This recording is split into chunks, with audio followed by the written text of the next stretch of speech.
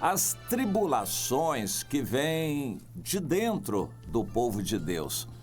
Eu quero focalizar esse aspecto. Talvez o que mais nos faça sofrer não sejam as tribulações externas, perseguições dos inimigos do Evangelho, dificuldades que encontramos por parte dos governos e o ambiente pecaminoso à nossa volta e a população, de certa forma, preferindo o pecado e se embrenhando pelo caminho do pecado.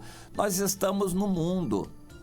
Não adianta a gente sonhar com um mundo melhor. Isso não é essência do Evangelho, não mesmo. Sonhar com um mundo melhor, nós não vamos melhorar o mundo, porque a Bíblia diz que ele está posto no maligno. Nós temos que tirar pessoas do mundo. E esse é o problema, tirar para onde? O depósito de pessoas tiradas do mundo é a igreja, a eclésia. Mas o que é a igreja? São essas empresas religiosas que têm uma diretoria, profissionais da religião, que recebem um bom salário para animarem reuniões que eles chamam de culto e organizarem tudo, botar um templo bonitinho, bem climatizado, cadeiras confortáveis e poderem também administrar todas as coisas materiais para que as pessoas assistam e se sintam bem. É isso que é igreja? Não, não e não. Isso não é igreja. Isso é religião, um ajuntamento religioso, uma empresa religiosa. A igreja são as pessoas que têm comunhão, se ligam, que vivem umas com as outras, que amam, que crescem em amor, em santidade e no conhecimento de Deus. Isso é que é igreja. Mas isso é o que pouco acontece ou acontecia nos templos, porque a partir de agora os templos receberam no mundo inteiro uma sentença de morte. Na China estão demolindo mesmo templos que os cristãos construíram nos últimos 30 anos. E não era para construir, eles foram enganados. Os cristãos no mundo foram enganados. Mas não é a primeira vez na história. Governantes se fazem de bonzinhos para com o povo de Deus e depois atacam. Na China, nos últimos 30 anos, os cristãos saíram das casas, a igreja nas casas, para construírem templos. E aí disputaram templos maravilhosos. Agora o governo está destruindo tudo aquilo. Em outros lugares do mundo, os templos estão sendo atacados. Em todos os países muçulmanos, mas também nos países de predominância hindu e nos países de predominância budista, de outras religiões, também os templos estão sendo atacados. Na África, os terroristas muçulmanos estão atacando os templos. Um país onde isso está acontecendo muito é a Nigéria, o maior país da África em população e também o maior país cristão da África. Mas lá o poder das trevas está atuando fortemente através dos terroristas muçulmanos, do grupo chamado Boko Haram e outros terroristas muçulmanos que estão atacando e destruindo templos e, se há reuniões, matando as pessoas que estão lá dentro, trazendo terror contra os cristãos nos templos. Mas em grande parte do mundo também isso está acontecendo de outras maneiras. Na Europa, os templos continuam a ficar cada vez mais vazios. Em muitos lugares os templos passaram para os muçulmanos, os templos cristãos, porque vazios, sustentados pelo governo. Nos países do norte da Europa, em grande parte desses países, o luteranismo foi estabelecido como religião oficial. E, em sendo assim, o governo sustentava. Mas, ultimamente, o governo começou a separar a igreja do Estado. O governo sustenta, dá uma certa verba para a igreja, mas não arca com qualquer despesa. E a igreja tem que administrar, por exemplo, na Suécia, eu tenho notícias de que existe uma dotação de verba do governo para a igreja luterana da Suécia, que é a igreja oficial. Mais de 90% dos suecos oficialmente pertencem a essa igreja. Na prática, são pouquíssimos que vivem em relação à igreja ou uma vida cristã. A maioria é só nominal mesmo. As igrejas estão tendo dificuldades em administrar o pouco dinheiro para ajuda social. E a maior parte do dinheiro é para ajuda social, não é propriamente espiritual. Então, na Europa também, as igrejas evangélicas e protestantes estão em crise. Os templos, principalmente, sendo atacados. Nos Estados Unidos, Brasil e em muitos outros países, é a pandemia que está fazendo com que os templos fiquem vazios. Por enquanto, não há muitas notícias nos Estados Unidos, no Brasil e em outros países da América Latina de templos sendo destruídos, mas estão vazios. Ataque de Satanás também. Esse é um ponto. Outros pontos, através da secularização. Cada vez mais os cristãos estão acuados porque a televisão, as escolas, as revistas e jornais, e agora através da internet, a grande quantidade de assuntos ali, por exemplo, de historinhas para crianças nos desenhos animados, as novelas, os filmes. Cada vez mais isto é consagrado a Satanás e diabólico. No Brasil nós conhecemos a cultura do carnaval. Os desfiles de carnaval, as grandes escolas de samba nos últimos anos, na maioria, consagraram seus enredos a Satanás e a um satanismo praticamente aberto.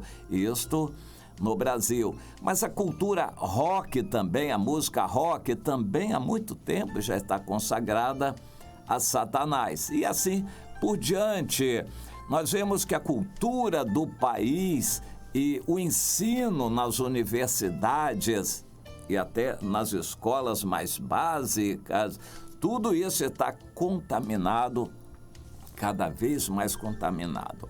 A grande pressão moderna é sobre a identidade de gênero, a propaganda do comportamento homossexual, o grupo LGBTQ, etc, etc. Eles estão fazendo uma propaganda muito grande e pressionando os cristãos que se opõem a isto. Então, essa pressão toda de fora está trazendo uma mudança de comportamento nos cristãos. Na Europa e Estados Unidos, muitos na igreja estão aceitando esses padrões mundanos e seculares. E muitas igrejas estão aceitando mulheres lésbicas e homossexuais como pastores, e, enfim, isso daí está se generalizando, essa aceitação. Há poucos que resistem, mas a maioria está aceitando. Mas toda essa pressão que a sociedade traz sobre a igreja se soma aos problemas internos. No meio evangélico, nas últimas décadas, cresceu muito o movimento neopentecostal. É um movimento muito nefasto para a pureza da igreja, porque eles não enfatizam o novo nascimento, a santidade de vida, nem o compromisso de corpo que o cristão deve ter, comunhão. Eles não enfatizam o compromisso da mutualidade cristã, o amor de uns aos outros, o suportar uns aos outros, o levar a carga uns dos outros. O neopentecostalismo enfatiza a fé individual e egoísta das pessoas, ignorando o pecado e prometendo a bênção de Deus através tão somente da fé. Eles não edificam a família, pelo contrário, com as chamadas para reuniões, em geral, sempre em busca de dinheiro, eles destroem as famílias, incentivam os ajuntamentos e casamentos em adultério, O neopentecostalismo incentiva tudo isto. Então, a vivência do evangelho puro fica bem atacada pelo neopentecostalismo. Como eles gostam de dinheiro, monopolizam a mídia e fazendo muita propaganda, construindo templos muito grandes e chamativos, eles bombardeiam a cabeça dos cristãos como se fossem as melhores igrejas, porque tem dinheiro, tem templos grandes, tem programa de televisão, eles têm muitas reuniões maravilhosas, bênçãos lá são baratas, baratas em termos, né?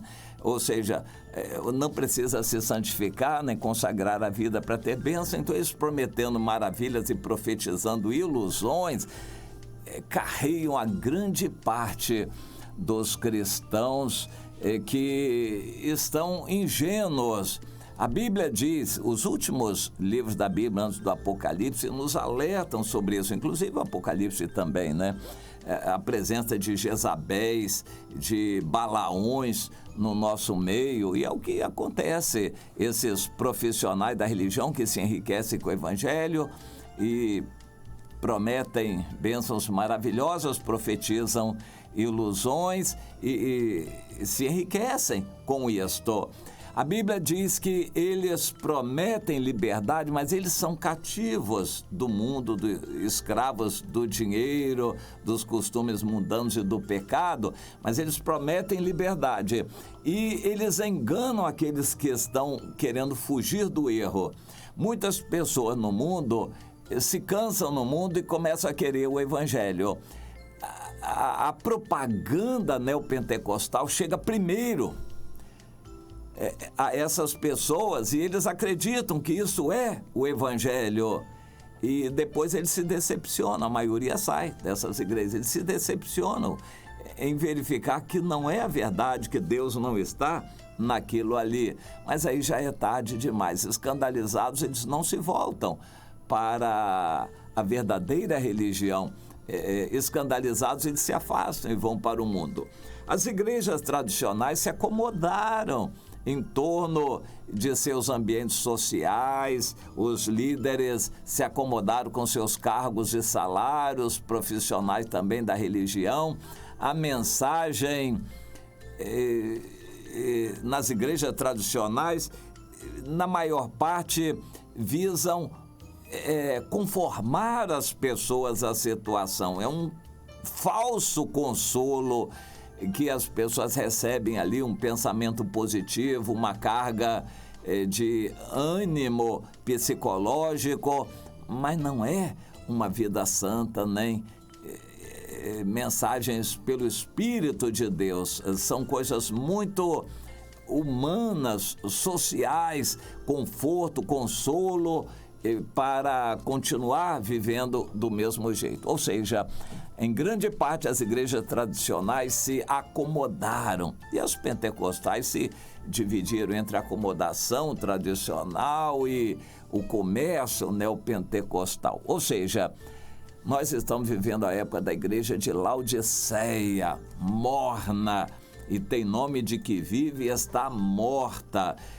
A apostasia dos últimos tempos. Isso está previsto e nós estamos vendo. As maiores dificuldades que nós temos para ficar firmes na fé são os escândalos que vemos dia a dia nas igrejas, o desânimo dos irmãos, aqueles que vivem em pecado, aqueles que querem ser líderes tão somente pelo dinheiro, pelo interesse. Isso desanima a maior parte dos crentes. Mas eu quero resumir e terminar essa palavra dizendo: tudo isso tem a permissão de Deus na sua soberania, porque faz parte do filtro que Deus está passando, a peneira que Ele está passando pela igreja para salvar somente aqueles poucos que serão fiéis.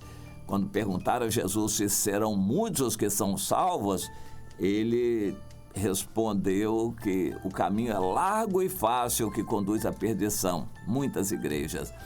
mas o caminho que conduz à salvação é estreito, apertado e são poucos os que acertam com ele. De forma que é bom você procurar entender essas coisas e saber, Deus não mudou, Ele é o mesmo. Se você quer ter o seu nome escrito no livro da vida e não apagado, então tem que se esforçar. Não vai ser uma vida misturada, não vai ser com o evangelho uma vez por semana que você vai ser salvo. Você tem que querer o Senhor todos os dias, o dia todo, e Jesus ser Senhor na sua vida. E você estar limpo de todos os pecados. Porque se você tolerar algum tipo de pecado na sua vida, já está se alijando do reino de Deus. O reino de Deus é puro, é santo. Jesus propiciou com a sua morte condições para todos os pecados serem perdoados. Se você tolerar o pecado, amar o mundo e não se consertar de tudo, você não vai ser salvo. A salvação vai ser para poucos. Você entenda isso e faça a sua parte. Você quer mesmo a salvação acima de tudo, ou você quer religião, não importa quão barata ela seja, prometendo, e depois no dia, o dia do ajuste de contas, você vai verificar que não adiantou, mas aí já vai ser tarde demais. O alerta precisa ser feito enquanto é tempo. Conserte a sua vida. Web Rádio